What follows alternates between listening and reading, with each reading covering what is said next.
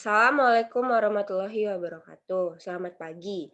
Di sini kami dari kelompok satu akan mempresentasikan tentang aspek keperilakuan pada desentralisasi dan aspek keperilakuan dari prinsip akuntansi berterima umum atau PABU.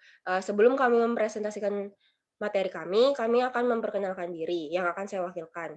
Dengan saya sendiri, Tania Regina Pingkan, NPM 1841275, Muhammad Zuhdi Putra, NPM 1841279, dan Kadek Jata Kresnayuda dengan NPM 1841234. Slide pertama atau materi pertama akan langsung saya menjelaskan, yaitu aspek keperilakuan pada desentralisasi. Definisi desentralisasi oleh H.A. Simon adalah, jadi sebelumnya kita harus mengetahui dulu apa itu pengertian dari desentralisasi sebelum mengetahui kaitannya dengan akuntansi keperilakuan itu sendiri. Jadi definisi desentralisasi ialah suatu organisasi administratif adalah tersentralisasi sejauh keputusan dibuat pada tingkatan yang relatif tinggi dalam organisasi tersebut. Terdesentralisasi sejauh keputusan itu didelegasikan oleh manajemen puncak kepada tingkatan wewenang eksekutif yang lebih rendah. Selanjutnya, jadi tujuannya adalah dengan adanya desentralisasi, kita dapat mengetahui perilaku-perilaku dan alasan mengapa manajer melakukan hal tersebut. Jadi kaitannya ialah dengan kita dapat mengidentifikasi perilaku atau alasan mengapa seorang eksekutif itu melakukan hal-hal atau keputusan akuntansinya itu. Next slide. Selanjutnya yaitu saya akan menjelaskan lingkungan sebagai faktor penentu desentralisasi. Jadi alasan dibutuhkannya desentralisasi itu ada 5 alasan, yaitu yang pertama, desentralisasi membebaskan manajemen puncak untuk fokus pada keputusan-keputusan strategis jangka panjang dan bukannya terlibat dalam keputusan-keputusan operasi. Jadi dengan adanya desentralisasi, manajemen puncak atau seperti manajer dan lain-lain, dia akan seperti orientasinya fokusnya kepada long term strategi daripada hanya operating decision yang hanya short term. Terus selanjutnya alasan kedua ialah desentralisasi memungkinkan organisasi untuk memberikan respon secara cepat dan efektif terhadap masalah atau manajer lokal, memiliki informasi yang paling baik dan oleh sebab itu dapat memberikan respon yang lebih pada kebutuhan-kebutuhan lokal. Jadi dengan adanya desentralisasi ini dapat memungkinkan organisasi untuk lebih mempercepat respon kepada manajer lokal yang ingin mendapatkan solusi, ya seperti itu. Jadi selanjutnya alasan ketiga, yaitu sistem yang tersentralisasi, sistem yang bukan desentralisasi ini tidak mampu menangani semua informasi yang rumit yang diperlukan untuk membuat keputusan yang optimal. Jadi dengan adanya hanya sentralisasi atau hanya di pusat, itu akan menyulitkan atau semakin merumitkan sebuah keputusan yang akan diambil oleh seorang manajer di cabang-cabang misalnya. Jadi desentralisasi ini akan lebih efektif untuk membuat keputusan yang lebih optimal. Alasan yang keempat dibutuhkannya desentralisasi ya adalah desentralisasi menyediakan dasar pelatihan yang baik bagi manajemen puncak masa depan. Sehingga bukan hanya manajemen misalnya hanya yang di pusat pusat, perusahaan saja seperti, perusahaan pusat saja yang memiliki manajemen manajemen yang baik, tetapi manajemen cabang juga memiliki, manajemen yang memiliki prospek yang baik untuk masa depan yang akan membawa kebaikan bagi perusahaan. Dan alasan yang terakhir, alasan yang kelima, desentralisasi memenuhi kebutuhan akan otonomi dan dengan demikian merupakan suatu alat motivasional yang kuat bagi para manajer bersangkutan. Next slide. Untuk menerapkan desentralisasi, suatu organisasi harus memilih struktur yang sesuai, mengembangkan anggaran dasar, dan mengukur kinerja dari subunit yang terdesentralisasi. Jadi saya akan menjelaskan masing-masing dan nanti rekan saya akan melanjutkan masing-masing dari penjelasan bagaimana itu memilih struktur yang sesuai, mengembangkan anggaran dasar, dan mengukur kinerja dari subunit yang terdesentralisasi. Next slide. Nah, pada slide ini akan dijelaskan oleh rekan saya. Saya persilahkan. Baiklah, untuk slide ini saya akan melanjutkan penjelasannya. Untuk memilih struktur dari sekian banyak struktur yang dapat meningkatkan desentralisasi, ada 2 caranya, ada pembagian tugas atau keputusan, dan yang kedua ada merencanakan akuntabilitas sumber daya. Nah, untuk yang pertama, pembagian tugas atau keputusan ini, jenis fungsional visional dari struktur organisasi mencerminkan 2 cara berbeda untuk membagi tugas atau keputusan dalam suatu organisasi. Struktur fungsional membagi suatu organisasi sepanjang lini fungsi-fungsi utama seperti produksi, pemasaran, keuangan, dan seterusnya. Struktur tersebut adalah sesuai untuk mengeksploitasi skala ekonomi karena orang-orang berspesialisasi dalam fungsi tertentu. Struktur semacam itu terutama sesuai untuk organisasi yang memerlukan pengembangan keahlian yang mendalam di suatu bidang teknis atau memiliki produk yang sedikit dan serupa. Produsen komputer dan perusahaan penerbangan adalah contoh-contoh yang baik dari perusahaan besar yang diatur secara fungsional. Struktur divisional biasanya membagi struktur organisasi sepanjang lini produk. Hal ini terutama sesuai untuk perusahaan dengan banyak produk atau perusahaan yang sangat terdiversifikasi. Komplikasi tambahan dapat membagi tugas atau keputusan pada kebanyakan organisasi adalah penyebaran geografis dari unit-unitnya. Geografi menambah masalah koordinasi, terutama ketika unit-unit tersebut melewati batas-batas negara. Perusahaan sekarang harus diatur berdasarkan wilayah, di mana setiap wilayah memiliki organisasi fungsional atau produk yang lebih lanjut. Suatu masalah yang sulit timbul ketika hanya ada beberapa produk saja dari banyak produk perusahaan tersebut yang dijual di berbagai wilayah. Selanjutnya adalah merencanakan akuntabilitas sumber daya. Nah, langkah kedua ini dalam memilih suatu struktur adalah merencanakan suatu sistem yang sesuai untuk akuntabilitas sumber daya pada berbagai sub-unit fungsional, produk maupun juga wilayah. Biasanya suatu struktur akuntabilitas sumber daya mengikuti logika dari distribusi fisik aktivitas dan keputusan yang dicapai oleh penciptaan sub-unit. Nah, 4 jenis akuntansi sumber daya yang dikenal dalam literatur yang terdiri atas pusat biaya, pusat pendapatan, pusat laba, serta pusat investasi. Karena hubungan antara aktivitas atau keputusan dengan sumber daya yang digunakan, maka organisasi fungsional terutama menggunakan pusat pendapatan dan pusat biaya.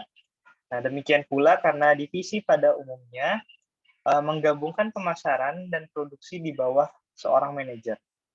Maka divisi-divisi tersebut diatur sebagai pusat laba atau investasi.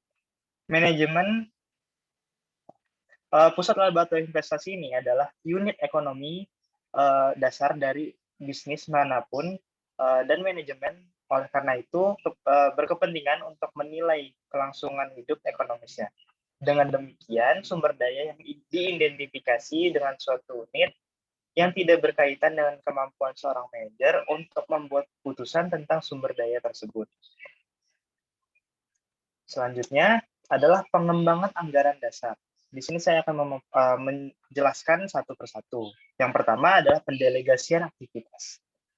Persyaratan penting dari desentralisasi adalah penentuan aktivitas yang sebaiknya didelegasikan kepada subunit dan aktivitas yang sebaiknya dikendalikan secara sentral.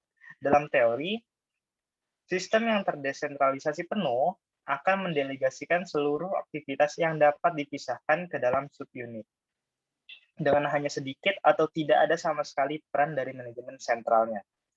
Teori dari produsen otomatis adalah ekonomi pasar dalam persaingan sempurna mendekati model ini.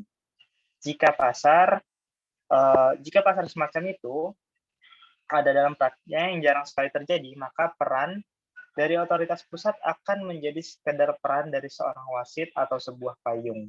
Kebanyakan bisnis tidak bisa mendekati tingkat desentralisasi semacam ini.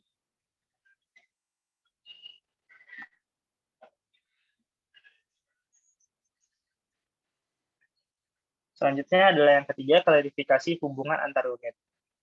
Anggaran dasar yang baik juga memberikan peraturan-peraturan dasar untuk mengelola pertukaran antar unit. Pertukaran ini adalah perlu ketika subunit-subunit saling bergantung satu sama lain untuk input maupun juga output. Tingkat ketergantungan bervariasi dari tinggi dalam perusahaan yang terintegrasi secara vertikal sampai rendah dalam konglomerasi yang terdiversifikasi. Beberapa dari saling ketergantungan tersebut ada di dalam kebanyakan organisasi. Hal ini menciptakan kebutuhan untuk mengelola hubungan antar unit tersebut dengan cara di mana baik unit individual maupun organisasi dapat mencapai tujuannya. Desentralisasi ini meningkatkan bahaya di mana subunitnya memaksimalkan tujuannya sendiri dengan mengorbankan organisasi dengan cara memungkinkan manajer subunit untuk bertindak secara independen. Selanjutnya adalah yang keempat, pendekatan kompetitif versus kolaborasi, di mana anggaran dasar untuk desentralisasi mencoba untuk mencegah peluang untuk melakukan suboptimasi ini. Anggaran dasar tersebut dapat menggunakan dua pendekatan ekstrim untuk melakukannya. Yang pertama adalah pendekatan kompetitif, di mana mengandalkan pada mekanisme pasar dan mensubstitusikan pasar internal yang fiktif dengan pasar eksternal. Nah, persaingan antar subunit didukung dan harga transfer internal menjalankan peran alokasi sumber daya dari sistem harga eksternal. Pendekatan lainnya yaitu pendekatan kolaboratif, di mana menekankan pada keanggotaan organisasi dan mendorong individu untuk bekerja pada satu tim dengan menggunakan aturan, penghargaan, dan juga nilai-nilai yang sesuai. Nah, pada praktiknya, tidaklah mungkin bagi kebanyakan organisasi untuk menggunakan salah satu dari kedua metode tersebut dalam bentuk murninya. Dengan demikian, pilihan mereka adalah untuk mengombinasikan fitur yang sesuai dari kedua pendekatan tersebut. Selanjutnya adalah faktor-faktor yang mempengaruhi pilihan. Dalam suatu pendekatan pragmatis, untuk mengembangkan anggaran dasar yang terdesentralisasi, mencoba untuk menggabungkan kedua pendekatan ini. Tugasnya adalah menempatkan organisasi pada suatu kontinum yang ujung-ujungnya adalah kompetisi dan juga kolaborasi. Ada 3 faktor penting seperti yang ada di slide yang sebaiknya dipertimbangkan oleh suatu organisasi dalam memutuskan ujung yang mana yang akan dipilih pada kontinum kompetisi kolaborasi tersebut. Yang pertama adalah tersedianya pasar tradisional. Nah, sikap kompetitif di antara subunit-subunit ini adalah mungkin hanya jika ada pasar eksternal untuk produk atau jasa yang diperdagangkan secara internal. Yang kedua adalah saling ketergantungan yang strategis, di mana faktor utama yang memilih antara kompetisi serta kolaborasi merupakan strategi bagi organisasi. Bahkan ketika produk-produknya secara teknis independen, strategi suatu organisasi dapat membuat produk-produk tersebut menjadi saling bergantung. Yang ketiga adalah ketidaklengkapan harga, di mana pendekatan kompetitif membutuhkan mekanisme harga sebagai sinyal dasar untuk mengatur pengaturan selama harga mencakup semua variabel keputusan yang relevan. Pendekatan kompetitif akan berhasil, namun harga transfer internal jarang mencakup semua variabel keputusan yang relevan dalam suatu pertukaran. Hal terutama yang sangat penting adalah perbedaan kualitas, ketidakpastian, serta faktor-faktor eksternal. Nah, sebagai ringkasan, anggaran dasar memutuskan apakah subunit dalam suatu perusahaan akan terutama bersifat kompetitif atau kolaboratif satu sama lain. Faktor-faktor yang menentukan keseimbangan relatif di antara kedua ekstrem tersebut adalah sampai sejauh ini mana pasar eksternal yang tersedia independensi atau saling ketergantungan strategis antar unit yang diinginkan. Harga mencakup seluruh perbedaan dalam kualitas, ketidakpastian pasokan, dan faktor-faktor eksternal. Dan opsi keluar dapat diambil untuk menangkap kemunduran. Nah, untuk slide selanjutnya akan dijelaskan oleh rekan saya.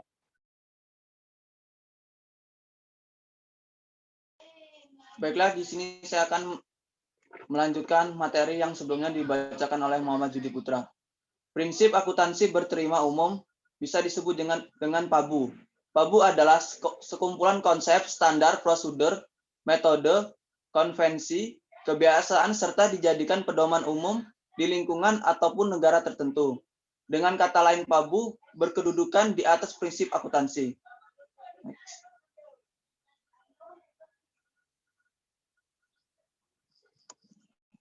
PABU memberi pedoman tentang akuntansi, yaitu yang pertama, pengukuran. Pengukuran atau penilaian adalah penentuan jumlah rupiah sebagai unit pengukur suatu objek yang terlibat dalam suatu transaksi keuangan. Dan yang kedua ada pengakuan. Pengakuan ialah suatu jumlah rupiah atau cost ke dalam sistem akuntansi sehingga jumlah tersebut akan mempengaruhi suatu pos dan terefleksi dalam laporan keuangan.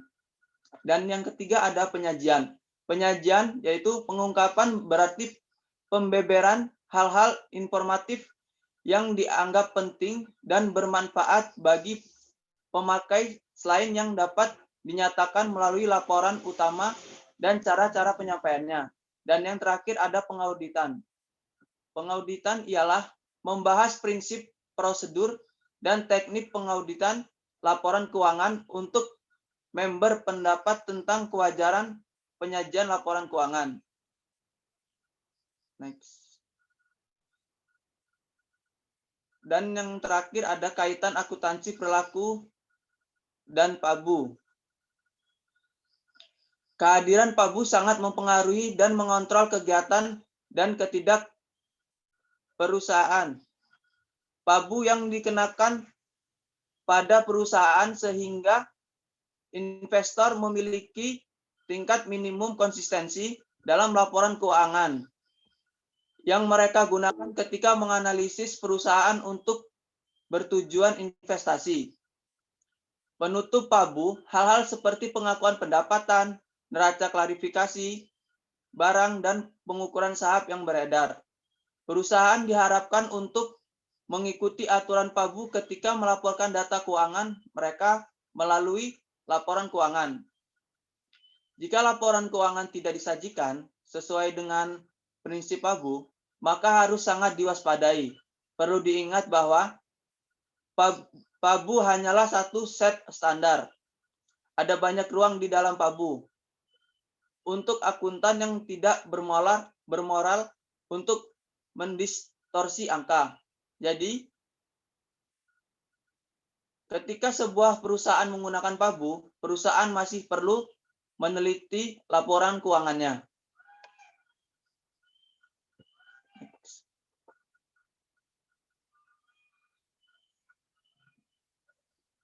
Sekian presentasi dari kami ucapkan terima kasih. Wassalamualaikum warahmatullahi wabarakatuh.